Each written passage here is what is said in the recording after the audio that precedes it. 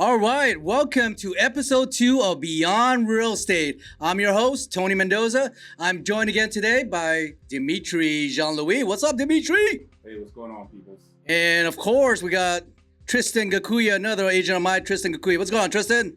Doing good. How are you guys? Good, good. He is over 21, folks. He is 21. Oh man, I'm 16, guys. Shoot. Yeah. So, all right. So Beyond Real Estate. Like I said, this is the podcast where we talk about real subject. Of course, we like to get deep within with our clients as well as with our agents and find out what the real story is. What's from start to finish. All right. So I know last week picked on Dimitri. Today we're gonna pick on Tristan Goku. What's going on, Tristan? So real quick. So how old are you, Tristan? I'm 26. 26. When did you start getting to real estate? Let me see. Damn, it's a long time ago, huh? I think it was November of 2023. 23. So it's been 3 years now, huh? Yeah, 3 years on a 4. But yeah, it's been that dang. Awesome. It's almost 4 years. I need to renew my license. Oh, it's time to renew it. Yeah. Great. So how's business so far? How's everything going in your 3 years? I would say definitely a lot better than the first year I started, for sure. But definitely like all the training, learning from you guys, the other realtors, getting to be more familiar with the whole process of everything. All the years of me that I learned and still continue to learn, it's been pretty good for this year. That's awesome. Okay. So, And of course, this morning, a lot of you guys don't know, I just handed him a nice little check there today. So it feels good to get a check, huh? kind Yeah. of used to. I need something bigger, man. Hey, that's what she said, man. So what about you, Dimitri? How's everything going? I know you just brought a new listing, huh? How's everything? I know you're about to open an escrow on a new property today. Just about to just turned in the counter offer this morning, so just waiting for it to open escrow. Yeah, you got a brand new listing up in where's that listing up in? It's in Anza. What the heck is Anza? Hey, it's Anza, where's that at? It's the mountains over there in Is that Riverside. in Arizona? Riverside Mountains. No. It's probably, I'd say, 50 minutes away from Temecula. Oh, really? Oh, Yeah. okay. I probably just passed by there. And Yeah, I probably most like, definitely. I thought it was just a street to the Yeah, you winery. could go there towards Idlewild and other areas, okay. the Riverside Mountains up there. That's Yeah. awesome. How's that listing? Is it you got any offers yet? Well, or- it just hit the market. We have gotten one offer so far, so yeah. Yeah, what kind of offer? Yeah. We don't want to talk about that, but hey, it's an offer. An offer is an offer. Well, like I said, now we can negotiate right later on with Most definitely. with the clients. All right, so We can leverage it. awesome. So Tristan, I know you started back 3 years ago. To tell a bit your journey, how was your first year? Not only after you got your license, maybe in the process as you were getting your license and taking the next step and going on your own and before you started making those big commission checks. Yeah. So it all started, I would say, I think it was during COVID time when I messaged you. Mm-hmm. I think it was November 2021. Oh yeah. I think it was that. Yeah, I remember ago. now. But yeah, so during that time, because you know how everyone's in the house and doing nothing.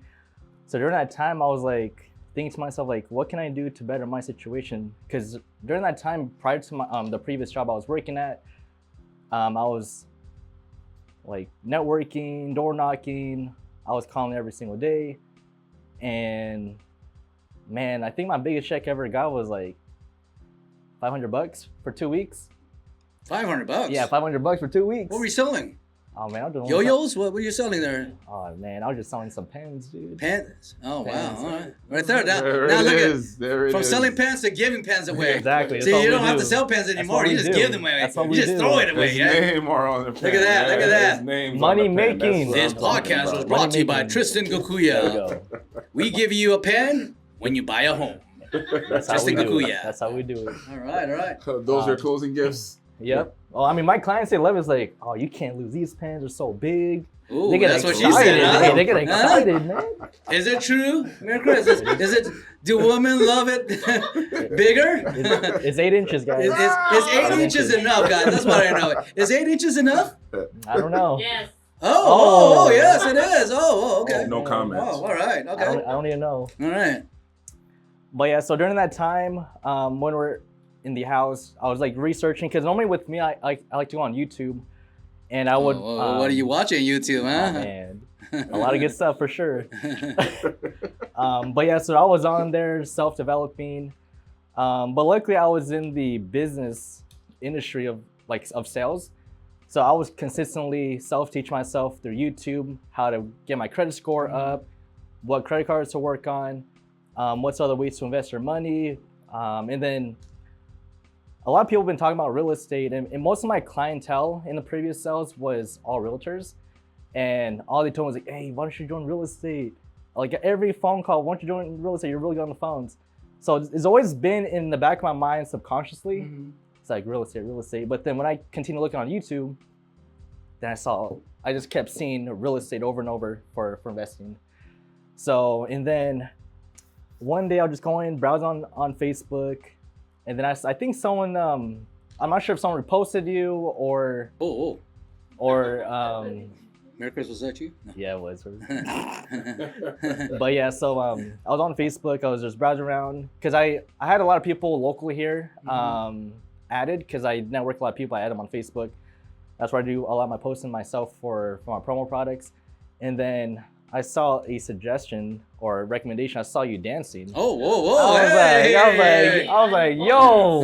I was like, I gotta know now which video was this because I was doing a lot of dances back in COVID. I know, I was like, damn. So I searched you up, like, who's this guy, Tony Mendoza? So I did a little research on him, and he's like, he's I said Asian, but I came to find out you're Filipino. I was like, okay, that's a plus. He dances too. This guy's a hustler. So I'm like, all right, let me text the guy real quick. He's like, hey, I'm thinking of doing my career change. I'm not really, I feel like with the promo products, the way that the world is going, people aren't going to really use these to get clients. There's more of like nurturing. So that's why I reached out to you. When's the earliest time to meet you? And I think it was Monday or Tuesday, 7 a.m. I think it was over the weekend when I messaged you. So, and then when I went there, I met your old assistant, Marissa, yeah. I got there exactly at 7. 1 hour later, Tony, it's not there yet. She didn't tell me I was supposed to be there. I was like, should I be here? But yeah, I took the previous night. I was like, damn, I never wrote a resume before. I'll write that real quick. Went on YouTube, how to make a resume. Wow. So I was doing all this extra stuff just to have like a really good resume. And then when I went there, I came to find out you weren't even looking at my resume. Oh yeah, sorry guys, you can get that resume, I don't look at it. I was like, whatever. I was like, what the? I spent like 3 hours for nothing. I was trying to juice it up a little bit, make it seem like I'm networking real good. So I saw your I did read a part that said Chippendale dancer. Is that true or not? Oh man, was that true? Like that's the only reason I hired you. Like, all right, you'd be great for our videos, right? I mean, I did cosplay a lot. What? Oh, I'm kidding. Whoa, hey, now we're getting really well. So, did you do anything with Sophie Rain? That's what I want to know. The Spider-Man? No, Spider-Man. Let's go. But yeah, so after that, I was able to talk to you a little bit. The interview took longer than expected. I was expecting like a 1 hour talk. It was a 2-day interview, by the way, guys. It was 2 days. Like, don't get me started, right? I was getting hungry. I was like, damn, I need to go home right now. But back in my mind, I already knew, I was like, I want to do this. Even if he's like, let me know what you think. I'm like, I already know I want to do. So after we're done talking, I was like, all right, let's do it. When can I start working? And that's what happened. And he's shown me like how to get your license, how to prepare for it, and that's what I did. It probably took me, I think I messaged you in July, I think. Something in summer, yeah. I think it was after when you had COVID or something. I don't know. Yeah, after I got my COVID, I was gone for a month. And then I studied. I completed that pretty fast. I wanted to get in so bad, so I think July, August, September, October, November. And To be transparent, I think I failed like 5 times or no 4 times. Wait, what? I thought you said you passed it the first time. No. You had a 99. Oh man. What? Now the thing is You didn't tell us that one. Yeah. I thought you said you postponed it all the test. No, I postponed it for another week. Oh, yes, what I did. Wow, guys. Hey, the truth comes out, folks. 4 times or 5 times? No, 4 times. Okay. I passed on the 5th. Mm-hmm. Yeah. The funny thing is, the first 2, I'm like, oh my gosh, I don't need to study. Yeah. So I didn't know there. In the beginning, I was going on like Quizlet, trying to study study all the basic questions because it seemed pretty easy. But then when I took the test 2 times, I was in Orange County. I failed. It went from like it was like 40%, 50%, and then on the 3rd one, I was actually studying, and I think I got a 68%. I'm like, what the frick? Oh, wow. 68 by 2 points. One more, you would have got 69. You know what I'm saying? I know, Hey!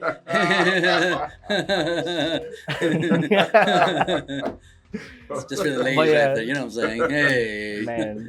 69. All right. It's crazy too, because during that time, I didn't even have any money to my name. I think I had like $200 to my name during that time. To be spent. Yeah. And then like I asked someone, like, hey, can you pay me? Oh, that's why you asked me to pay you. I Yeah, was like, no yeah, wonder. I was yeah, like, what? yeah. I was like, I took out from my life savings to pay for that. Gosh. Dang, Yeah. Tristan. Goodness I gracious. remember my last check I got to him is like, hey, are you gonna pay me for this week? He gave me a look, was like, really?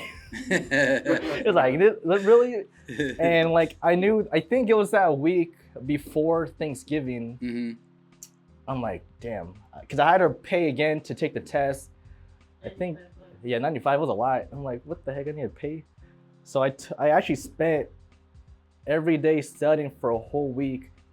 And the Saturday after Thanksgiving, I went to San Diego for the first time. I've always been to Orange County. It was a far drive. Mm-hmm. And I think that drive got me drained prior to the test. So I was like, I want to get out of here. Oh, But when man. I went to San Diego, it was a lot quicker, a lot easier. I was more focused, and I took my time on the test. And then I was like, I was the last one. I was the last one in there, just taking my time, going back to the questions, and I was actually like going back each question to make sure that everything's correct. Mhm. And the next, you know, even though I'm the last one out, I got my paper right there.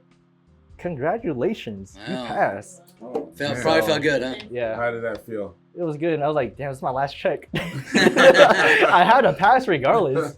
He didn't know that, but if he that week I was gonna fire him like it's hard, man. Oh, If he- man. It's like no, I You're can't not pay you gonna cut anymore. My life savings is dwindling down here. You know, I can't pay you, Tristan. I was I'm so- already paying the assistant. You know, I that's was so scared because after I paid, I only had $1 to my name, Wow. and then or not $1, $100. So I'm like, shoot, that's like my last money right there. Because, like, yeah, I was working, but I was getting that EDD check during that time. But I put that in the stock market, but I lost it all. You put in some crypto, didn't you? I did some option trading, crypto. Oh, yeah, there you I go. was like, oh man, I messed up. It didn't go to the moon, did it? Like No. they promised. Dang. They said GameStop, AMC, Yeah. Oh man. You bought an AMC at what it was 180, weren't you? Yeah. and then Yeah. it shot down. I'm like, Oh, gosh. man. Well, I mean, you passed it, right? I mean, at the end of the day, it doesn't matter how often you take the test, as long as you pass it, it's perseverance, right? And that's, Yes, I think that's what I love, what the point of this podcast, and, you know, when we bring guests, and I think you guys probably heard Dimitri's story, and we'll continue hearing his stories. Now we're seeing or hearing Tristan's stories. It's all about the perseverance. You know, we didn't get to where we are today without, you know, the struggles, you know, going through the obstacles. It sounds great, you know, now that you're doing well, you're getting these checks, you're making more in one check than you probably did your lifetime, right? You know, realistically. Now, you know, instead of selling pens, you're giving pens away, right? I mean, and, you know, and by the way, I mean, you're a big social media guy now, right? How many followers do you have right now on your platform? Let me see. Is that Instagram that you do? Oh yeah, Instagram. Okay. Yeah, I have 61,000. Oh wow, yeah. that's awesome. What did you? How many did you have to start with? Well, to begin with, it was my car page. Okay. I was posting my car, taking pictures of it. That's why I invest cameras before to take pictures of my car. So that was mainly my car page. And I think I only had like 1,000, 2,000 during that time, but it wasn't getting like crazy views on it or anything like that. So that's what I started So with. now you have 61,000. I mean, I'm just curious. I mean, I'm sure me and Dimitri. What are you doing in this video? Are you dancing on this video? What are you doing? You're getting like what? How are you getting so many followers? Let me see. Yeah, so for the what I did like the first year, second year is completely different what I'm doing now. Mm-hmm. What I'm doing now is I'm getting more results, more engagements. I will say the first year when I started, I looked at your old videos of you dancing, pointing, FHA, VA. So that's what I did the first year, just making some dance videos, make it real estate related as well. But the thing is, the engagement of it wasn't there. I probably got like the most like 50 likes. Mm-hmm. That's actually pretty good nowadays. It's actually 50 likes is still pretty good. Yeah. Yeah, I mean compared to what I'm getting now. Yeah, it's until now, yeah. It's like nothing. Yeah. But yeah, I mean that's what I did. I was just following you, recreating what you made, especially your viral videos. But the thing is, it didn't go viral for me. But I was just being consistent, so putting the content out there, even though I'm not getting likes or views on it. It's just more letting people be aware, like, hey, I'm in real estate, and that's what I'm doing now. That's awesome. Yeah, it's just it's consistency. So, wait, what do you think, Dimitri? I mean, you've seen Tristan.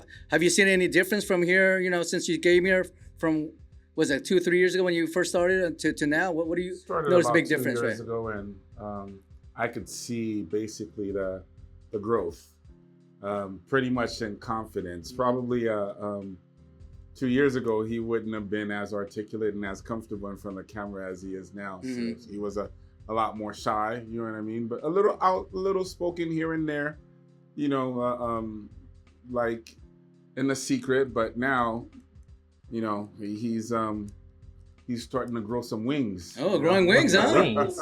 Is that all you're growing, man? Oh, man. He's got a couple chest hairs now, guys. Huh? Yeah. Probably has a couple chest hairs too. I got one. Yeah, there you go. He's all grown up, folks. Yeah, most definitely. All right. So with that said, I'll open this up for both of you guys. I know, you know, real estate. We both know. We talk about this in a meeting all the time. Real estate can be challenging. You know, we're always looking for a balance. I know Tristan's a young guy. I'm sure you still hit the gym. I know Dimitri, you started hitting the gym recently. I know I refocused myself last month too, and then. You know, so everybody wants to have balance in life, right? They want, you know, be successful. You know, they want to go to the gym. They want to be able to hang out with their friends. They want to watch their favorite TV show. I mean, I know you guys are both in relationships, right? I mean, so what are you guys doing to balance that out? Because I couldn't even fit any girl in my relationship, so that's not even part of my, you know. So what are you guys doing? I mean, or any secrets? What do you guys are? Any things you guys can share? What you guys are, you know, doing to not just, you know, with real estate, but other factors in your life, including, you know, personal life, like relationships. I mean, for me, being honest, well, I mean, no, let's make things being real. I mean, being real about it. I haven't found that balance. Mm-hmm. I haven't found that. I'm trying to find that balance. I still want, you know, to watch, you know, some movies here and there, and you know, trying to how would I say balance the time that I have to focus on real estate to build my brand, to build my business, and also to get my name out there. It requires a lot of effort. It requires a lot of energy, and also, you know, a relationship requires a lot of effort and a lot of energy and a lot of attention, a lot of communication. And, you know, when it comes to, for me personally, when it comes to like, okay, let's say when I'm in a group or when I'm with a bunch of people, I can't say that I'm a social butterfly, but I'm at ease, you know. But when it's one-on-one, it's a totally different story to be able to communicate, to be able to express exactly, you know, where you are, what you want, and what you need, because everything is so fluid when it comes to business or entrepreneurship and everything else. You know, you can decide, well, this is what I want to do, but a lot of times you have to pivot in a different direction. So I'm still trying to find that common ground. And when you're in a relationship, it becomes very difficult, and especially, you know, if you have, if there are children and everything that are involved, because everyone demands time, everyone demands effort and demands energy. And, you know, more than anything, attention. And, you know, it's like for me, I find a lot of times, yeah, I'm focused on work, but I find myself when I'm at home or when I'm with my lady or when I'm with my family, you know, I'm thinking about real estate. So, you know, I'm thinking about real estate. I'm thinking about, you know, my next deal. I'm thinking about what's going on with an escrow. What do I need to do or anything else? Because, you know, I don't have that steady paycheck, that 9-to-5 paycheck and everything else. You know, I'm self-employed. So everything comes from my work and my energy, and trying to turn off that focus on, you know, work and on generating business, you know, is very difficult. And I don't think that it's my opinion. I don't think that if, you know, to scale and to grow the way that I want to, I don't think that that's possible. So I'm realizing now that I'm going to have to find a way to, you know, not find a balance, but to create a new norm and to kind of communicate and to help, you know, my lady, my family align with what I'm doing and where I'm going, in a sense, in a way that, you know, is going to incorporate everyone. So I'm still trying to figure that out. Well, I'm glad. I appreciate you sharing that. I know it's tough. I know. I'm a single dad myself, and I know a lot of times it's hard for me too. You know, I got a lot. I mean, I'm running a brokerage. You know, I'm managing agents. I'm also still producing agent. I mean, I was running late to this podcast because I had to pick up my kids, right? So, and actually they're outside right now waiting for me. So I can definitely appreciate that, understand that, and that's where, you know, that's where the challenges lie. You know, and unfortunately, real estate isn't, like you hear me say, 9-to-5 job. It's a 5 to 9 job, and that's why it's important to communicate, especially with those close to us. You know, 5 p.m. to 9 p.m. Yeah, 5 to 9. Yeah, that's all it is. But yeah, it's important because, you know, if we don't sit down, like actually, I don't know if Tristan remembered this, but I think one of the first things advice I told him too, like, now keep it real. He had a different girl at that time, but I told him like, hey, you're gonna need to talk to talk to your dad, your mom, your girlfriend, your friends, and like let them know, because a lot of times they, you know, especially if they're not in the industry, right? They won't understand that. It's just like if your husband is a doctor or a nurse or a lawyer, whatever it is, or if you have, we have a lot of people in the military, right? A lot of people in the military are what? Stationed, what, they're 6 months, 4 months? Oh, deployed for like how long, right? 6 months, right? Yeah. So if the spouse doesn't understand that and not, you know, and not patient, and then like, hey, where are you at? You know what I'm saying? Like, hey, you haven't called me today. It's been 2 days. You haven't called me. Yeah, I'm just protecting the country right now. Hold on a second. Let me shoot this guy. You know what I'm saying? Then it's not going to work out. It's going to be tough, right? And that's where I think the challenge is. And that's why I wanted to share today, because in real estate, it's not a Monday to Friday. It's a Saturday, Sunday. And even if you decided to take a Saturday off, your client's going to call you out of the blues, like with emergency, right? Hey, Tristan. Or you're going to have a listing like, hey, I can't open the lockbox. Right? Or there's some issues. It doesn't even have to be like, you could have a 9 to 5. It's not a 9 to 5, because if your client texts you at 8:45, which me and Tristan get text message right throughout the day with our clients right now, right? Oh, yeah, like last night at 10 o'clock at night, 9. See? Texting. That's why I'm in the group chat with Tristan. It's like, no, Tristan, you're gonna talk to that and talk to him about that. But it's part of what we do, right? Yeah, it's pretty fun. Yeah. So, but if you don't, if your wife or spouse or even your kids, you know, your kids got to understand that too. That's why if my kids didn't understand that, they'll be like right here, hey, Dad, let's get out of here right now. You know, I got to go home. I got to go to the park, whatever the case is. So I know Dimitri said it's a challenge. So, I mean, what about you, Tristan? How are you dealing with your situation right now? Yeah, for me, I do look at other people as inspiration as well. There's a lot of people that are successful but still have a happy family at the same time. So I'm trying to figure out exactly what they do to be able to implement it to my life as well. And I think it all comes down to being transparent and communication. And like with my girl right now, like we do talk about, are you okay if we cancel last minute plans so you do my work? Mm-hmm. And she's transparent with me. She's like, yeah, go ahead. I don't care as long as you're working for yourself, not talking to other females. So that's all she's worried about. So I'm like, all right, don't worry about it. I'm just me working, and there are times too, like on my open houses, she's there with me. Yeah. So I saw you guys did a dance video together, huh? Oh, yeah. How did you get her to do that, man? She's been pushing me. Like, all right. Oh, she's the one to tell you? Yeah, she was telling me. She was telling me, like, hey, let's do a video together. I'm like, all right. Oh, we need to get her license. Have you talked to her about getting her license? Well, she completed her first course already. Oh, really? Wow, that's awesome. So now it's gonna wait 18 days to get the next course. Yeah, that's awesome. So I think in 2 months she'll get licensed, or 2.5. But that's good, and that's good that she's coming with you to these open house, so it's that she knows you're not like talking to other girls, except people that are coming from the open house. By the way, you know there are other girls there, but they're people visiting open house. Just wanted to make sure she understands it. Okay, all right. So now she knows. So yeah. But it's nice too to have her there because she's also there building connection with the people that walk in. There may be families that's like multiple families at the same time. She's taking care of one, I'm taking care of the other. So we kind of help each other as well. So in like, there's a couple of times where I brought her to showings. There's a client in Awanga, and she was able to connect with the wife, and I was able to connect with the husband.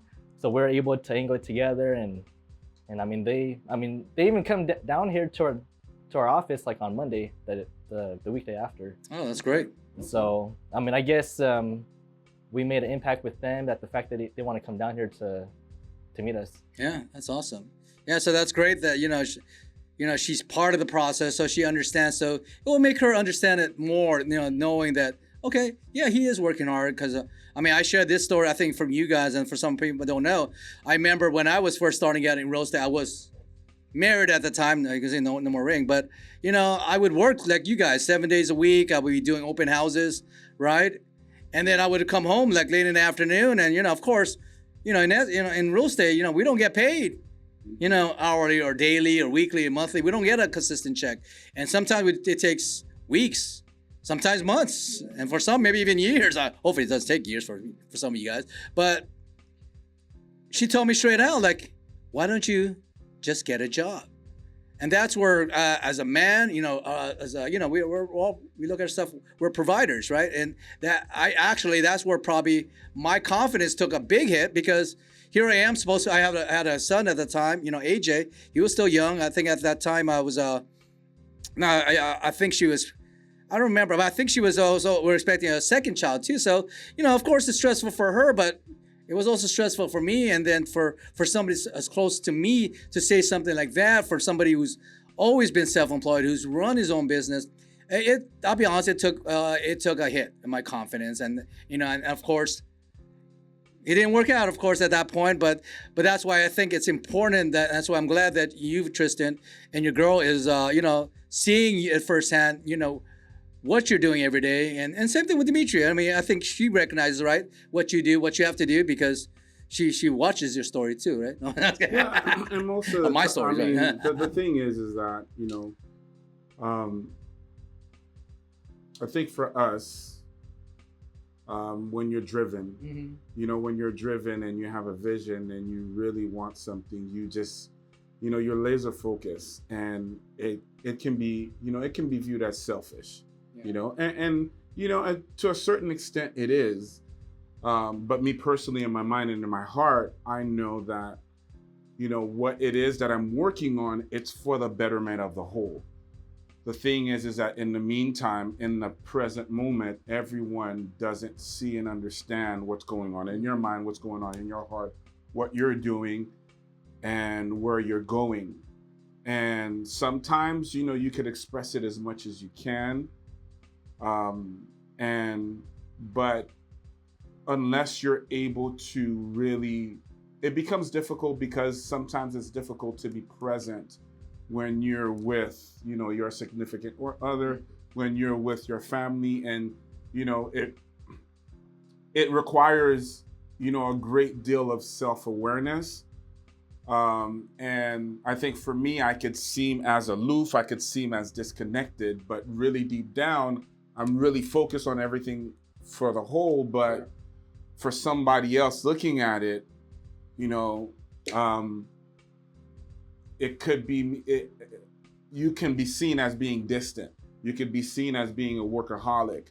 And there's that disconnect. And now it's a matter of being able to translate what we're doing and our discipline at work and applying a certain kind of discipline in the other area. Because I think everyone wants something that's fluid. Everyone wants something that's, works with the flow. I think nowadays I think a lot of people are looking at things like it has to flow, or it has to come natural. Mm-hmm. I think that's what a lot of people are looking for. For me, I've realized in life, not very many, there's lots of people where you go, like, let's say, that start something and automatically, things are working your way. You start this business and, the money's coming and all the clients are coming from the east, because initially that's the intention that you have. That's what you're expecting. You're expecting a lot of clients are going to come and I'll be able to have a lot of money. I'll be able to set things aside. I'll be able to control my time and to be able to focus on my family, because I'll make so much money in this period of time. But when that doesn't happen, and you have to pivot and you have to focus more time and your energy in your business and in self-development and being able to create a platform, that markets what you're doing, to be able to attract business and be able to dedicate the time to make phone calls and to connect with people. In the midst of that, when you're focusing on that, it's difficult to be thinking, oh, how are the kids doing and how's everybody doing? Because you're focused on that, on what you're doing. That's until you're done that a lot of times you're focusing on everything else. And I'm realizing that,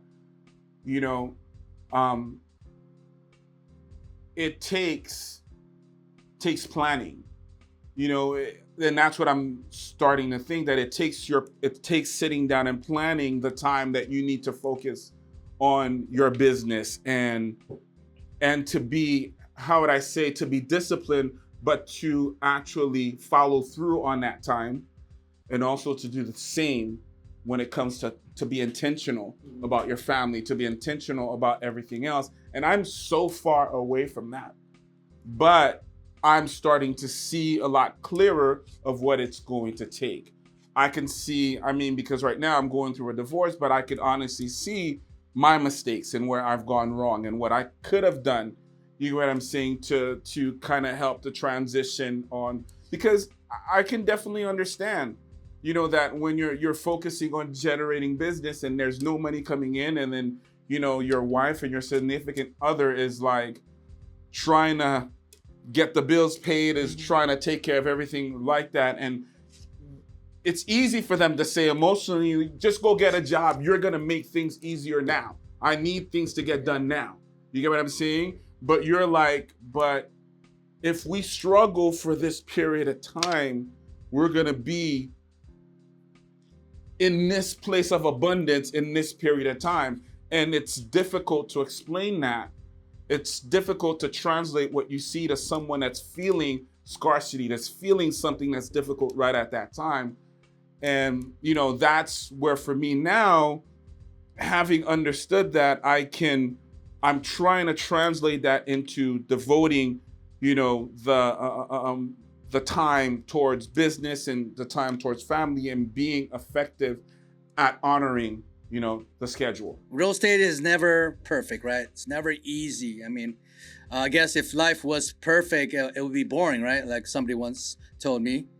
So share some struggles. What you've been through. I'm sure things are a lot better for both of you now. But share some of the struggles that you had to face in your first year, or even the last 3 years with Tristan in your business. I will say the first year, I guess I got my hopes too high, saying like, oh, I'm gonna be calling all your leads, because I remember you mentioning, yeah, no one likes to call. They don't want to call the leads. So I was like, oh, perfect. That's what I like to do anyway. So, but when I was going through the calls, you don't get the results that you're expecting, because in real estate, it is a longer process of nurturing. You don't get the fast results overnight. And that's why I've learned in the first year, because I think when I got licensed in November, I went to the office. I think I went there pretty early when I first started, like from 7, and I'm not sure what time I left. It was probably like between 3 or 5 p.m. I was still calling, and every time I called, no one answered.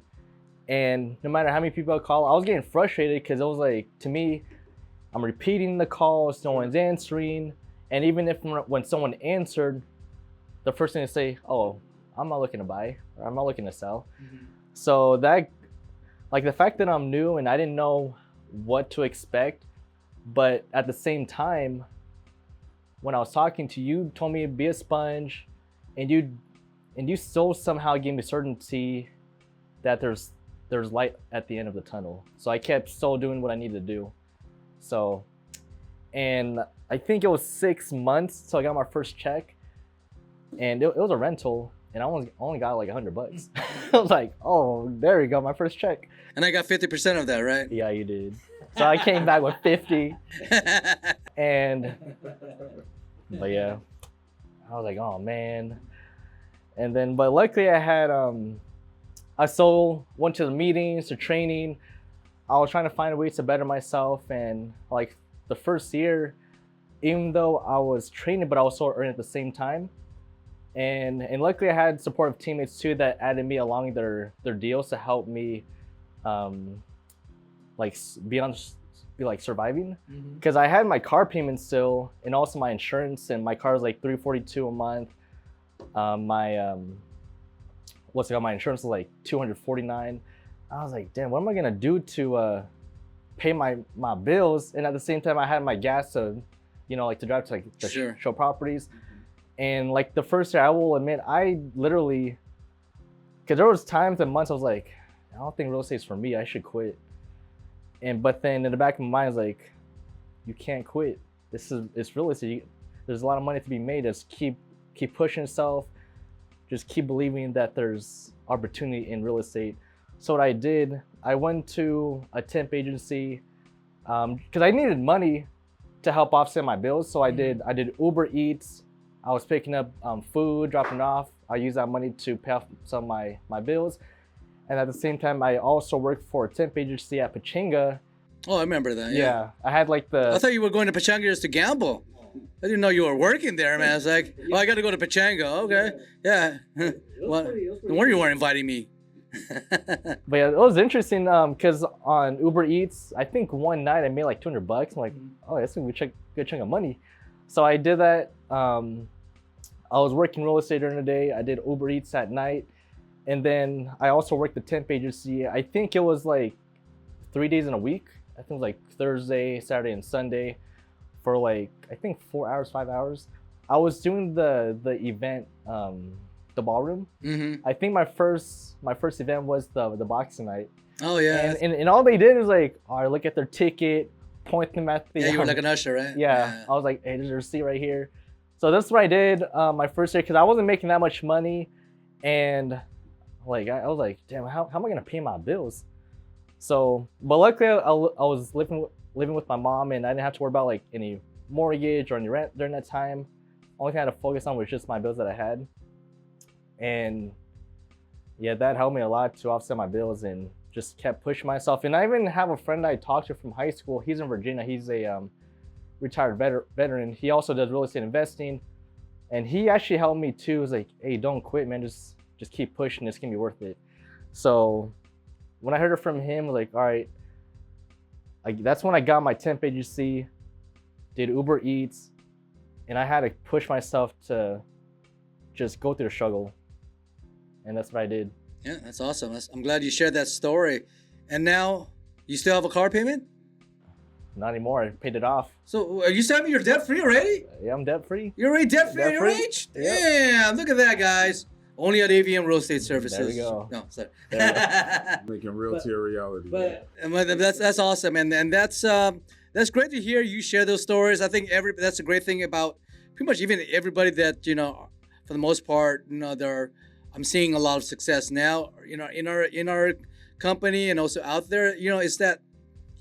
It's the journey, is how you started. end of the day, guys, we all have to start somewhere. I have to start somewhere. Dimitri has to start somewhere. You definitely have to start somewhere.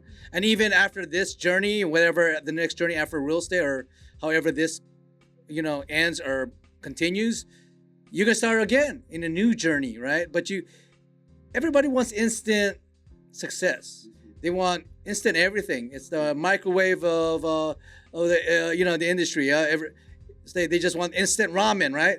Right. So nobody wants to wait for success. And unfortunately, like you said, real estate is probably the only industry that takes the longest. Probably it takes the longest to get paid reward, and that's why a lot of people don't make it till the end. And I think also, I'm starting to get a different perspective because I used to think that, that it's there's this false illusion that's out there that when you're in real estate, you're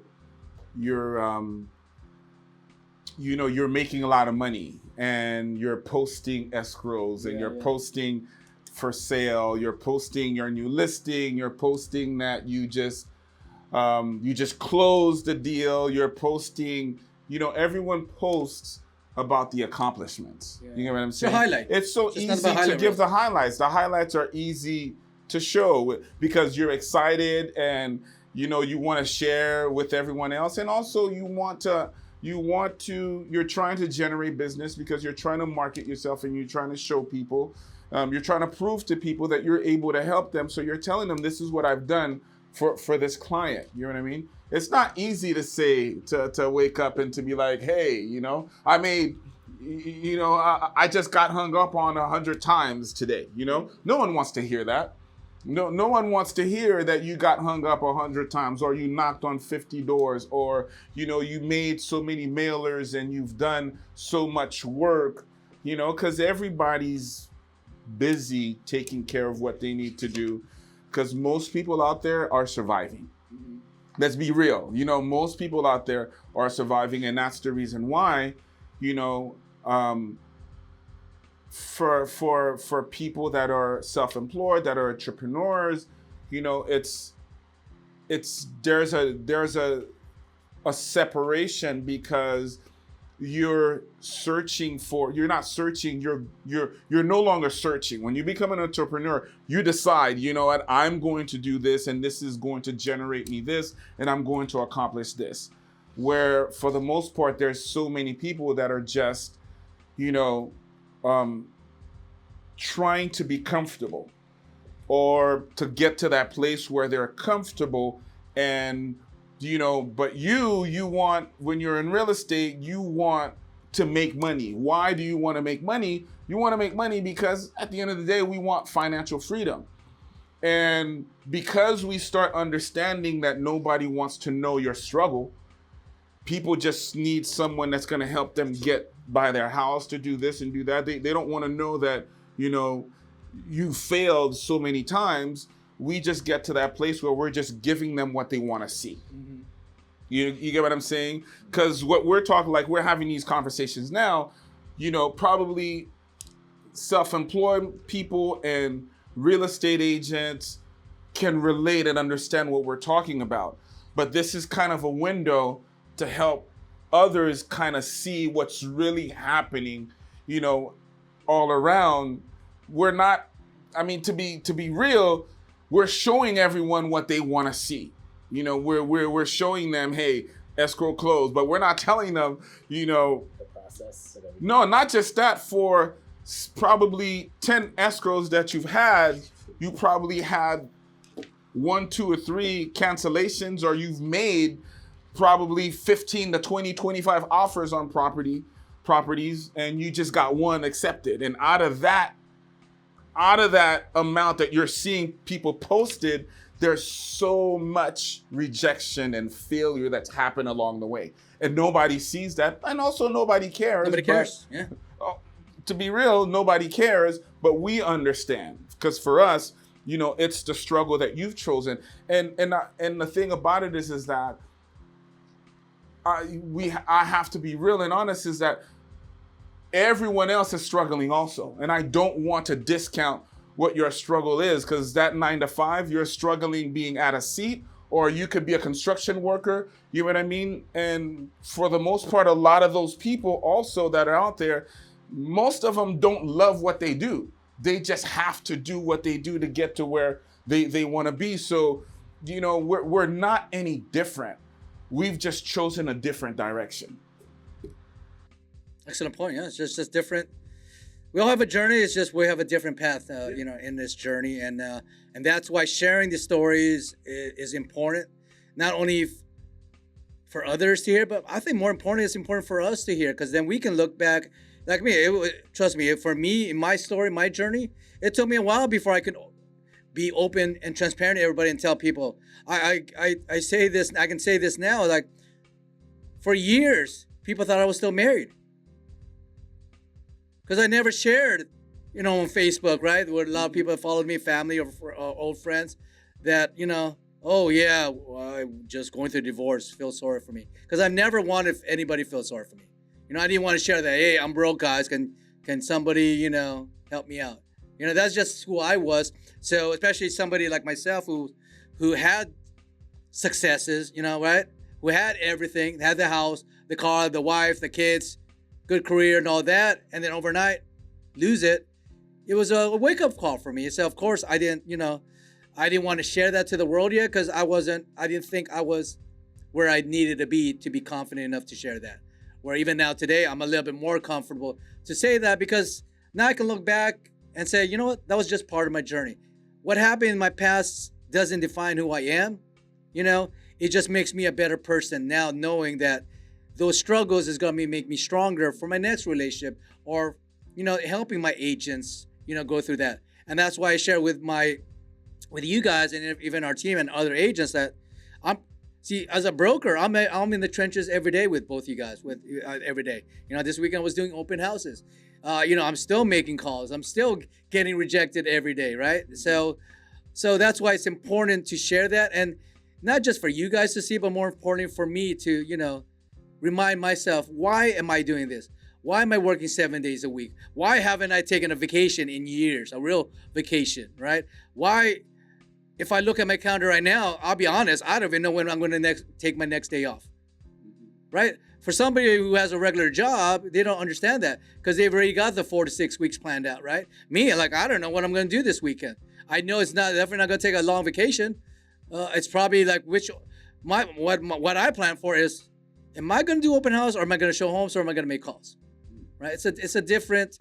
And like I said, I share that not to make you or Tristan or anybody feel sorry for myself, but understand for me that this is the journey I chose, right? And I can live with that every day, because I know I don't depend on anybody to write me a check, right? I write my own check, right? And that's, I think, it's important for others who are watching our show and listening to my story, Dimitri's story, Tristan's story now. They can hopefully relate that it's not easy. It hasn't been easy for Tristan, hasn't been easy for Dimitri, and it's definitely not easy for me now.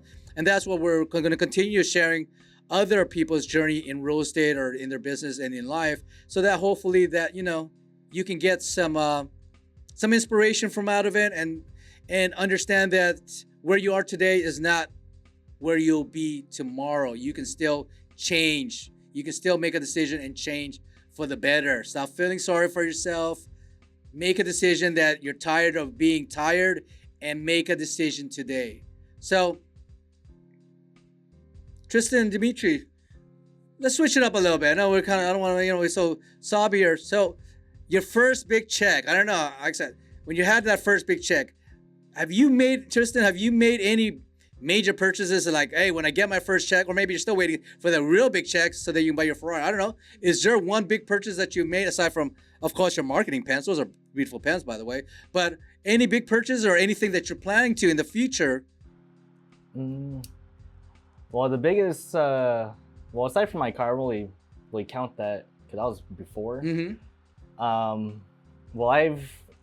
For me, when it comes to my big purchase, it's more of investing it back to my business, or in the stock market, or whatever I can return my money or get an ROI. But I would say I did give myself a gift on my first big check, and it's this watch right here. Oh, nice. That's a beautiful watch there. Hey. Yep. It's a Movado. Nevada watch. I think I spent like $1,500 for this. That's awesome. So, and maybe my next one will be a Rolex. We'll see. Yeah, there you go. There you go. Yep. Hey, you make me $1 million. I'll buy you your own Rolex. Oh yeah, there you go. Hey, I'm glad you mentioned that because it's funny you just said it right now because my watch that I'm wearing right now, I think I've shared my story. This watch, this is actually when I was doing back in the mortgages back in 2004. My third full month, I think I don't know if Dimitri was there working with me at that time, but me and Dimitri was working at collections at the time, making 35 grand a year. And we thought we were a big baller shot caller at that time. Was it? No, you were making 35 possibly. I was making around 33. Oh, okay. I was making a little bit more good, 33,700. A little bit better bonuses. I'm sorry, Dimitri. You know what I'm saying? I did a little better, sorry. But making 35 grand, then I left that and went to the mortgage business. And the only reason I went to my mortgage business, one of my collectors at that time, or I don't know if she was in my team, but she was a good friend of mine, but she gave me advice. I don't know if you remember Suri J. Yes. Suri J, if you ever watch this, hey, what's up, Suri J? Hopefully everything is well with you. But I remember she left the collections and went to mortgages, and she asked me, like, hey, I think she even asked me for advice. Should I do this? And I said, well, I thought, like, this is kind of like some scam, you know what I'm saying? Well, nobody's making 10, 15, 20 grand a month. Like, are you kidding me? That's some sort of pyramid scheme or some scam, right? But I said, okay, go try it out. I'm sure come back to me once, you're making that money, right? And I kid you not, probably a month later, she came back to me. Hey, Tony, hey, you got to come interview with us. Why? You know what I'm saying? And then she showed me what people were making. And I think she even showed me what she was making. She just started. And I was like, let me check this out for myself, right? So that's when I went and actually interviewed with America's Mortgage at the time, for those who remember it, America's Mortgage, subprime lender. And I think Dimitri remembers, our branch manager, Alex. Yeah, Alex Chartier. Oh, yeah, that guy was, if you want to look at what the terminology for bipolar was, there's a picture of him, right? I mean, I kid you not, when I walked in there, you guys probably have watched, these kids probably don't know, like they think I'm joking, but you probably seen Boiler Room or Wolf of Wall Street. Boiler Room. Oh yeah. So what you watched there is exactly what America's Mortgage was to me and to Dimitri at the time. It was crazy. When we opened the door, everybody's on the phones. People are throwing paper balls at each other. I was like, what is going on here? Like the manager was screaming at everybody. I was like, oh my gosh. I was like, what did I just walk into right now? And then of course I walked into there, and they into his room, into his office, and I was like sitting there for like, I kid you not, I was probably sitting in his office for like 5-10 minutes. And he was just looking at his computer. I was like, I'm like sitting there. What's going on with this guy? Is he going to ask me a question? And I think after a while, I think he remembered I was there.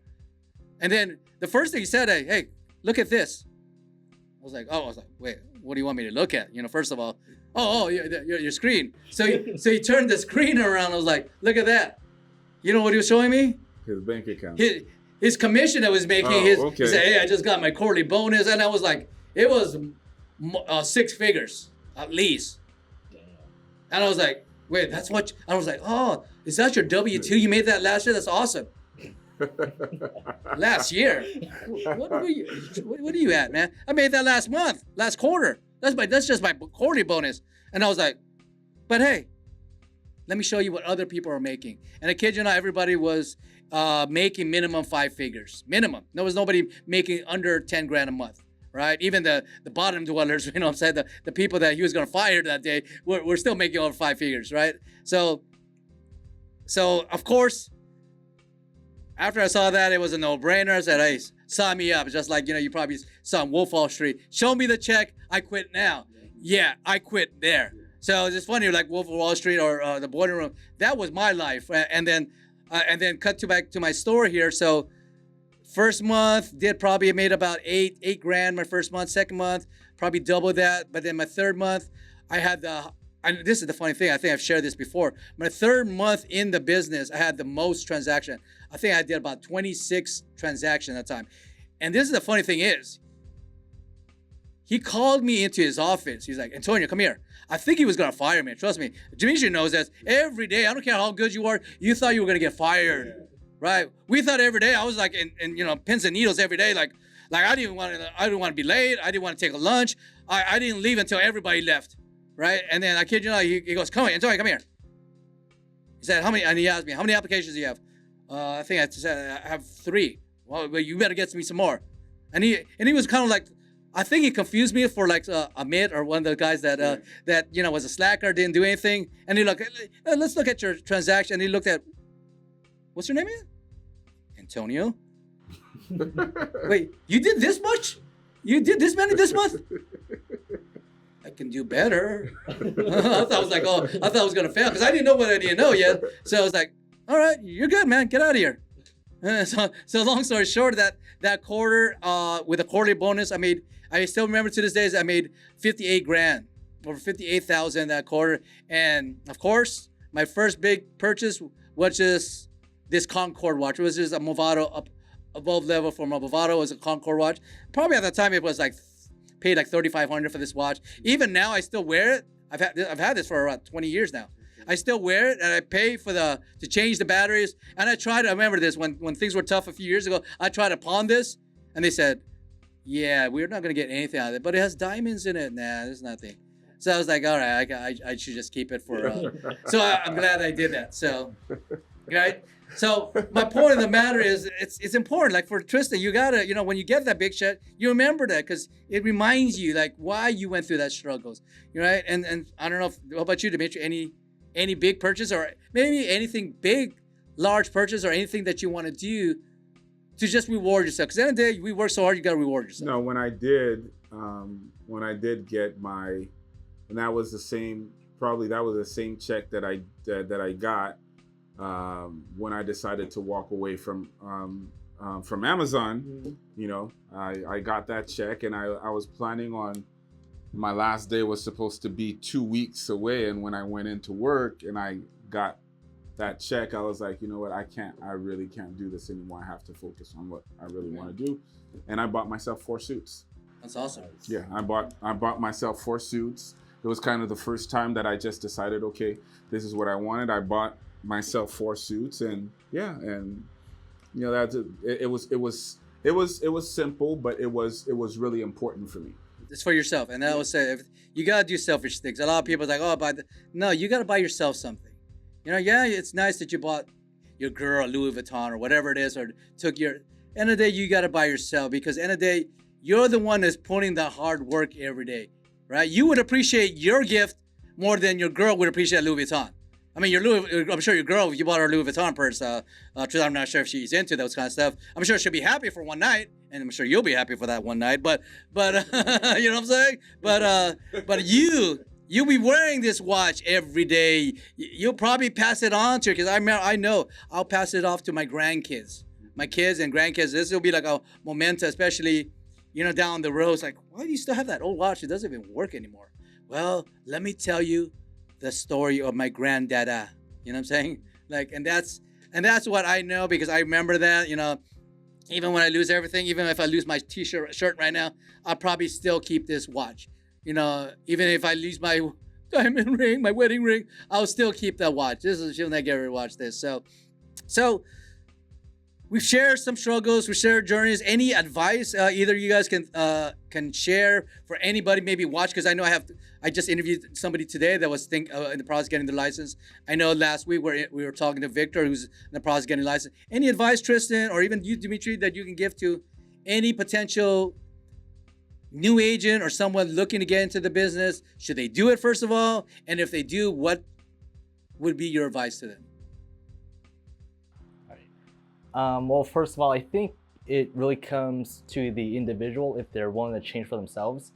Because then there's a mindset called victim to victor. Mm-hmm. And normally what a victim will do, they blame themselves, or they blame other people. They make excuses why they're not being successful or why they're not moving forward in life. So if you're still in that victim mindset, you need to snap out of it and become a victor. Normally what a victor would do, they take ownership, responsibility. They find ways to better themselves so they can grow as an individual. And whatever their mindset is, the work ethic is going to be in line with it.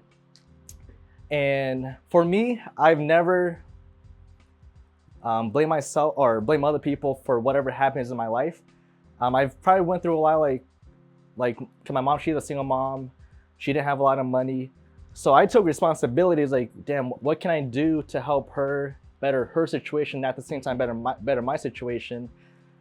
And that's what I've been doing, is just self-teaching myself, and that's why I got myself into real estate, to be honest, because this is probably, well, I'm not saying it's like easy to get into real estate, but it's easy to get your license, and then it's a lot easier to direct yourself the right path, the right mentor, to expedite your process to better yourself as well. Because in the end of the day, it's not just real estate, but at the same time, it's the knowledge that you get from other people, from the books you read, and how you're able to apply it to your real life.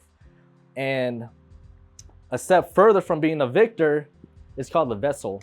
And instead of doing something good for yourself as a victor, but as a vessel, what you learn that you apply for yourself is also a way to help other people. Like for you, what you learn in your life, you're helping us, for example, and that's you just being selfless, making peace, creating security for us. And that's what I do see within you, and that's why I do vouch to look up to you all the time. So.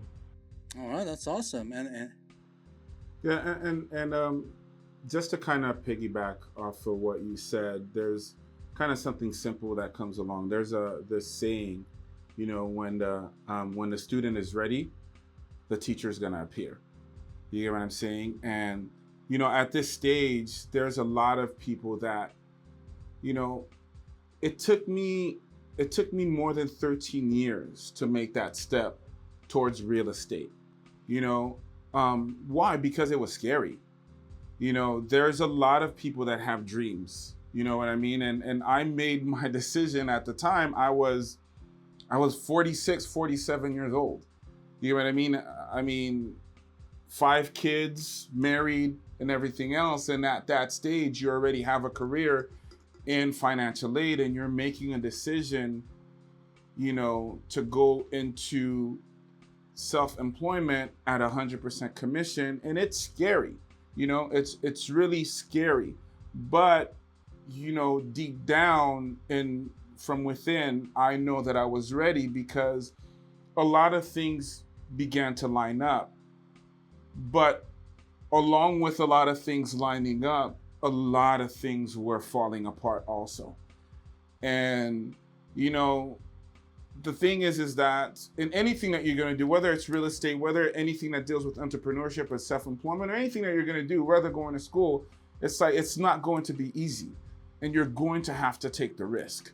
You know, you're going to have to take the risk. You're going to have to do what it takes for you to accomplish what you want to accomplish. And that's where, you know, it's like, doing this isn't differentiating yourself from anyone else. It's making a decision for yourself. And when you make a decision for yourself, you need to know where you're going.